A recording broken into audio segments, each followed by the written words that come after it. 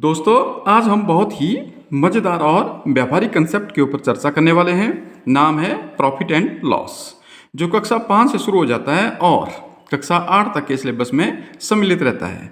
हमारा जो main focus रहता है वो कंसेप्ट को अच्छे से जानना है, बाकी प्रश्नोत्तर तो प्रैक्टिस का पार्ट है। टॉपिक में मुख्यतः बात होगी क्रय मूल्य, कॉस्ट प्राइस, विक्रय मूल्य, सेलिंग प्राइस।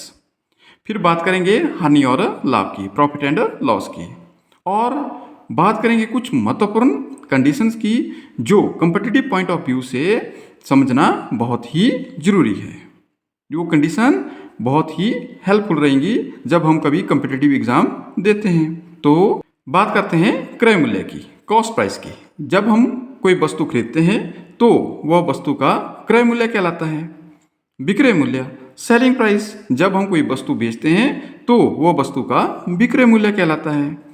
बात करते हैं लाभ की, प्रॉफिट, लाभ, जब वस्तु का विक्रय मूल्य क्रय मूल्य से ज़्यादा हो, कम दाम में खरीदी गई वस्तु को अधिक दाम पर बेचना।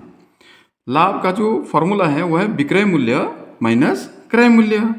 और लाभ प्रतिशत, लाभ प्रतिशत होगा लाभ बटे क्रय मूल्य गुणा 100, क्योंकि लाभ तभी होगा जब हम वस्तु को खरीदेंगे, तो इसलिए लाभ और हानि क्रय मूल्य पर ही ज्ञात होते हैं।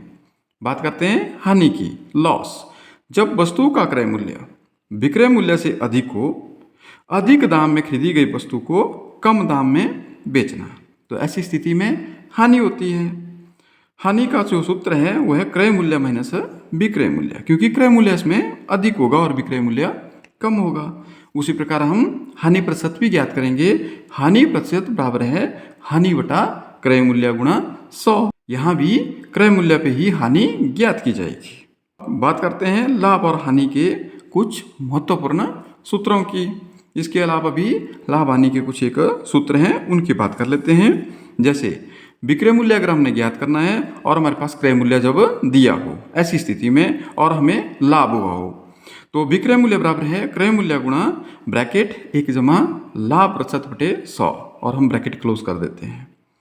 अगर दूसरा फार्मूला देखें, जैसे हानि हुई है तो हानि की स्थिति में विक्रय मूल्य बराबर है क्रय मूल्य गुणा 1 माइनस हानि प्रतिशत बटे 100, और ब्रैकेट हम क्लोज कर लेते हैं। लेकिन अगर हमें क्रय मूल्य ज्ञात करना है तो क्रय मूल्य बराबर है विक्रय मूल्य गुणा ब्रैकेट 100 बटे 100 जमा लाभ। ठीक उसी प्रकार अगर हानि की स्थिति में हमें क्रय मूल्य ज्ञात करना है तो क्रय मूल्य बराबर है विक्रय मूल्य गुणा 100 बटे 100 माइनस हानि, क्योंकि हानि हुई है तो हानि घटेगी। बात कर लेते हैं कुछ महत्वपूर्ण कंडीशंस की, वो स्थितियां जिनके बारे में हमने शुरू में बात करी थी कि जो कम्पिटिटिव पॉइंट ऑफ व्यू से बहुत ही जरूरी है। पहली स्थिति है लाभ प्रतिशत तथा हानि प्रतिशत सदा क्रय मूल्य पर ही होते हैं। मतलब जितना भी हम प्रश्न करेंगे मोस्ट प्रॉब्ली 99% जो प्रश्न होते हैं हमारे क्रय मूल्य पे ज्ञात किए जाते हैं। कुछ एक ऐसी सिचुएशंस होते हैं, जैसे आगे हम बात करेंगे जिसके ऊपर की विक्रय मूल्य पर भी ज्ञात किया गया है। तो बात कर चुके हैं हम इसकी कि लाभ प्रतिशत कैसे करते हैं, तो लाभ प्रतिशत वही लाभ बटा क्रय मूल्य गुणा 100। हानि की स्थिति में हानि लिख लेंगे। दूसरी स्थिति की हम बात करेंगे कि जब कोई व्यक्ति किसी वस्तु को 25% लाभ पर बेचता है तो इसका अर्थ हुआ कि उस आदमी को क्रय मूल्य 125% प्राप्त होता है।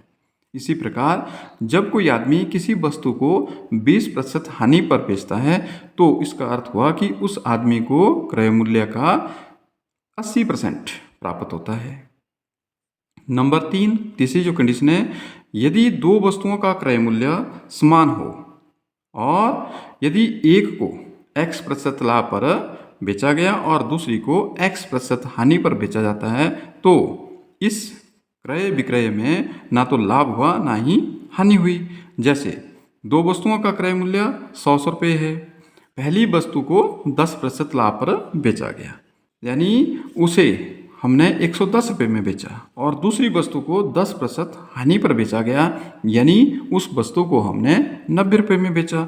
इस प्रकार जब हम दोनों का विक्रय मूल्य जोड़ते हैं तो 110 जमा 90 जोड़ के फिर से वही 200 रुपये प्राप्त होगा, और क्रय मूल्य वैसे भी दोनों वस्तुओं का 100 रुपये था। इस प्रकार इस तरह का जो हमारा लेन देन होगा इसमें ना तो हमें कोई प्रॉफिट होगा ना ही कोई लॉस होगा। बात करते हैं फोर्थ कंडीशन की।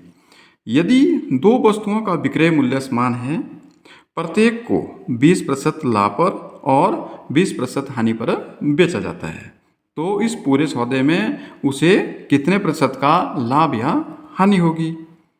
अगर हम यहाँ भी सोचते हैं कि ना लाभ हुआ ना हानि हुई, तो हम गलत है।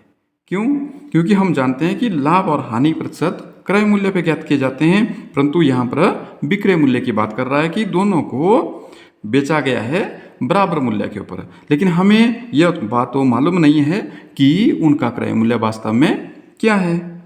तो ऐसी स्थिति में हमेशा हानि होती है। और हानि कैसे ज्ञात करते हैं? हानि ज्ञात करते हैं हम, जो हानि हुई कितनी हुई? 20% की। अगर हम 100 रुपये के अनुसार बात करते हैं तो हानि हुई 20 रुपये की। तो इस प्रकार हानि का हानि प्रतिशत यानी 20% ऑफ 20। तो इस प्रकार जब हम कैलकुलेट करते हैं तो इस प्रकार के लेन देन में हमें 4% की हानि होती है।